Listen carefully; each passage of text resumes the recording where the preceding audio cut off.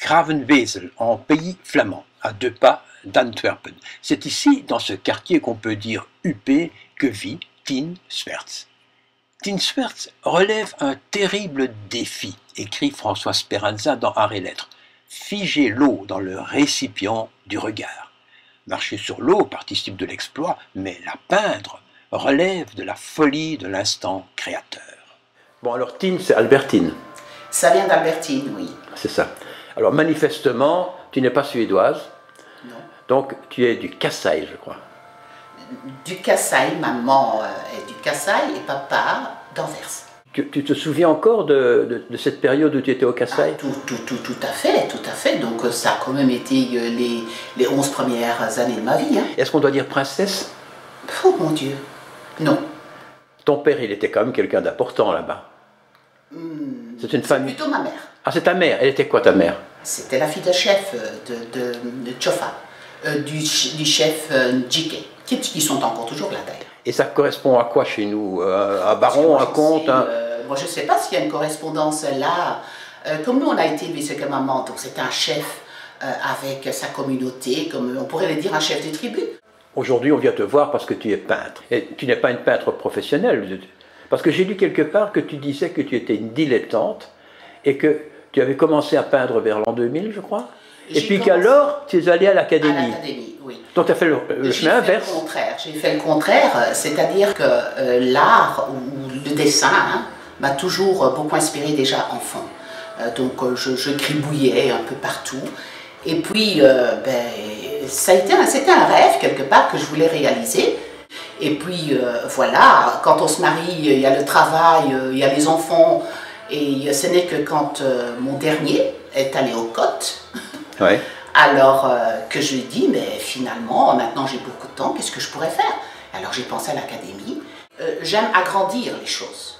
Ah, explique, je ne comprends pas. C'est-à-dire que je ne vais pas, je sais le faire, mais je ne vais pas, par exemple, prendre un paysage et le refaire comme je le vois. Je prends un détail et je l'agrandis. C'est-à-dire que si tu faisais le paysage comme tu le vois, tu préfères une photo, ce serait idem. Voilà. Donc, et tu fais de la photo. Comme je fais de la photo, donc je me suis dit, ça sont des choses que je ne peux pas peindre ou que je ne veux pas peindre. Mais je fais beaucoup de photos aussi pour peindre. Donc je fais plusieurs photos et je prends un détail de ces photos et c'est ça finalement qui est souvent la base. Mais tu es aussi, et surtout, enfin moi, c'est l'impression que j'avais en regardant toutes les toiles que tu as notamment sur Art et Lettres, que tu es la peintre de l'eau, de l'élément aquatique. C'est ce que je préfère en ce moment en tout cas, en tant qu'élément, malgré que j'aime aussi faire autre chose. Mais en ce moment, tout ce que je fais est inspiré par cet élément-là. Ton atelier, tu en as un ici. Oui. Non, tu m'as dit que tu ne travailles plus beaucoup ici. Plus beaucoup, ça m'arrive parce que la dernière peinture, je l'ai faite ici. Oui. Mais en général, c'est en Bretagne que je Parce que tu vas souvent en Bretagne, sans doute. Oui, quand même, on va régulièrement. On est retraité maintenant, donc oui. On peut se permettre... Et tu as un atelier là-bas, et c'est plutôt là-bas que tu travailles. Je peins dans le cabanon. Et ton atelier ici, on peut le voir? Bien sûr. On va y aller. Oui.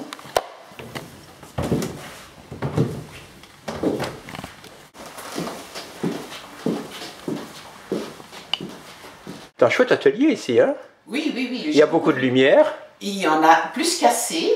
Et j'ai les deux côtés. J'ai le côté nord et puis l'est et l'ouest. Et des tas de toiles ici. Bon, et tu peins où alors exactement? Je peins là. C'est pas très propre. Hein? Non, mais j'ai vu que tu travailles également au couteau. Hein? Oui, je combine. Et au chiffon, avec les doigts, n'importe quoi. Oui, bien sûr. Je commence mes peintures avec une couche de fond. Oui. En water mixable. Oui. Et ou bien j'emploie le gris, ou bien de l'ombre, donc couleur ombre. Le gris Payne's Grey. Et puis voilà, je laisse sécher. Et après ça, je commence avec encore une première couche à l'huile qui est à base, donc je la mixe avec le chel-sol ou quelque chose de maigre. Et après seulement, je commence avec le médium, avec un autre médium comme l'huile de citron, des agrumes. Et comme ça, je travaille. Tout ça est très technique pour quelqu'un qui ne connaît pas la Voilà. peinture. Hein? Non. Et puis ça vient comme ça vient, hein, finalement. Oui. Mais voilà, moi j'avais lu attentivement d'ailleurs le papier que Esperanza avait fait à ton sujet. En général, je trouve que, d'ailleurs c'est toujours ainsi dans les expositions, il y a toujours des textes qui accompagnent les personnes qu'on présente, et ces textes sont incompréhensibles. Oui. Donc c'est toujours des termes, des termes allégoriques. Pour finir, on se demande si on parle de philosophie. Exactement. On parle de tout, sauf de quelque chose que je comprends. Et pour quelqu'un qui est néophyte comme moi, qui connaît strictement rien à la peinture, j'essaye de toujours poser des questions idiotes et bêtes, celles que la personne qui n'y connaît rien pose. Alors moi je m'étais rendu compte que en allant plus loin dans cet article qui est très compliqué, qu'en fait ce qu'il dit est tout à fait cohérent. Mais il faut le relire plusieurs fois, tu comprends? Bon. Et il disait une chose qui m'avait amusé, donc il disait que c'est un petit peu, tu peignais comme si la peinture commençait à se peindre elle-même. Oui. Oui. J'ai bien aimé cette expression, parce que cela voulait dire qu'en fait tu commençais sans savoir exactement où tu allais, et que petit à petit, il y avait une sorte de dialogue entre la toile et toi, qui faisait que tu arrivais à un résultat qui devait étonner aussi bien la toile que toi-même. Mais c'est la toile qui prend le dessus. Et puis alors, je regarde cette toile, et puis je commence. Voilà, je commence comme n'importe comment, quoi. Et quand tu peins de l'eau, qui doit être une chose extrêmement compliquée, sauf un lac immobile, sinon l'eau ça bouge. Bien sûr, donc il y a de la lumière, il y a des brillances qui se font, et il y a des formes, et il y a une transparence. C'est tout ça, à mon avis, doit être extrêmement compliqué à... C'est de l'impressionnisme en fait. Pour moi c'est un jeu. Pour moi, c'est jouer entre cette transparence, et c'est pour ça que cet élément me parle tellement, parce que ça change tout le temps. Oui. La lumière se met up, c'est autre chose, et cette lumière prend forme quelque part. Et c'est ça qui justement me plaît à l'élément eau, c'est que même quand l'eau est plate, elle n'est pas plate. Bon, maintenant on va parler de choses plus concrètes, moins philosophiques.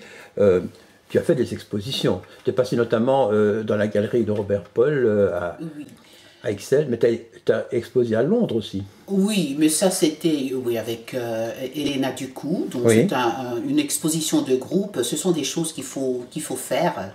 Un ordre d'idée d'un prix d'une toile quand tu la vends?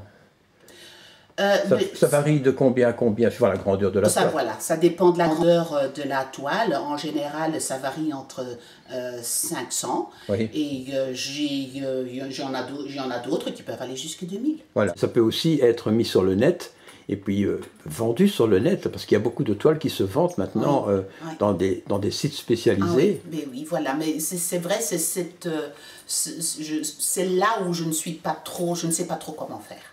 Et tu comptes y penser J'aimerais bien, oui. Ben oui, mais je ne sais pas comment. Parce que c'est vraiment pas mon domaine, là. Tout ce qui est Internet, tout ce qui est la technologie, comme dit mon fils, tu n'es pas quelqu'un du business, moi je suis artiste. Tu es une artiste. Ouais. Donc c'est peut-être pour ça que Art et Lettres a malgré tout un sens pour toi. Oui.